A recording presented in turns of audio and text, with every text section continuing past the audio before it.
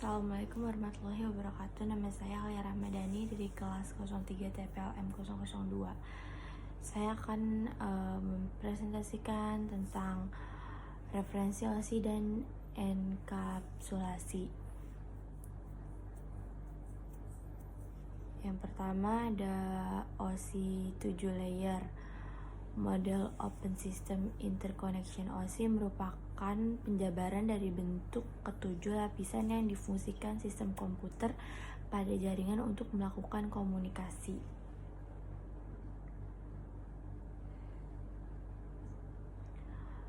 Berikut merupakan penjelasan fungsi dari masing-masing layer. Yang pertama adalah lapisan fisik atau physical layer. Lapisan fisik bertanggung jawab atas kabel fisik atau koneksi nirkabel antar node jaringan. Yang kedua adalah lapisan tautan data atau data link layer. Lapisan tautan data menetapkan dan mengakhiri koneksi antara dua node yang terhubung secara fisik pada jaringan. Yang ketiga adalah lapisan jaringan atau network layer. Lapisan jaringan memiliki dua fungsi utama, salah satunya adalah memecah segmen menjadi paket jaringan dan menyusun kembali paket di ujung. Lalu ada lapisan transportasi atau transport layer. Lapisan transportasi mengambil data yang ditransfer dalam lapisan sesi dan memecahnya menjadi segmen di ujung transmisi. Lalu ada lapisan sesi atau session layer. Lapisan sesi membuat saluran komunikasi yang disebut sesi antar perangkat. Hal tersebut bertanggung jawab untuk membuka sesi, memastikan mereka tetap terbuka dan fungsional saat data sedang ditransfer. Lalu ada lapisan presentasi atau presentation layer.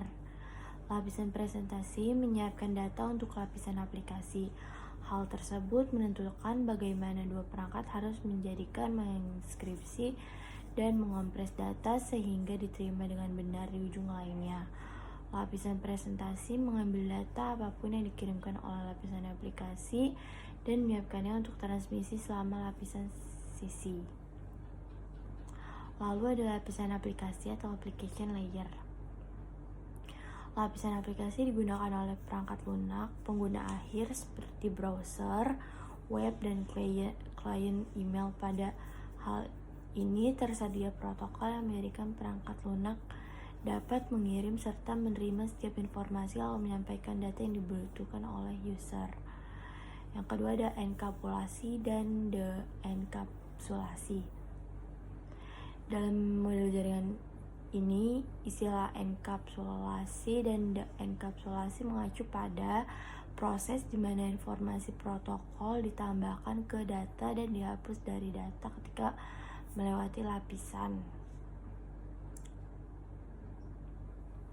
Informasi protokol dapat ditambahkan sebelum dan sesudah data.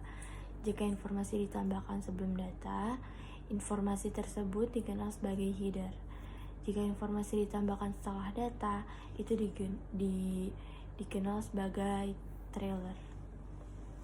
Header dan trailer yang ditambahkan oleh lapisan di komputer pengirim hanya dapat dihapus oleh lapisan peer di komputer penerima. Misalnya, header dan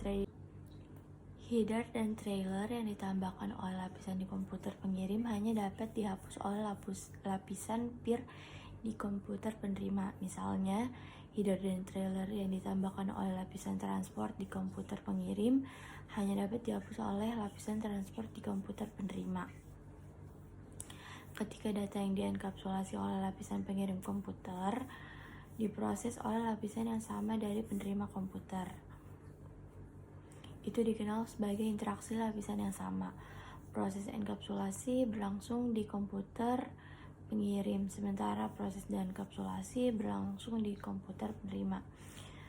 Setelah enkapsulasi, setiap lapisan menggunakan nama atau istilah tertentu untuk mewakili data yang dienkapsulasi. Sekian dari saya, kurang lebihnya mohon maaf. Assalamualaikum warahmatullahi wabarakatuh.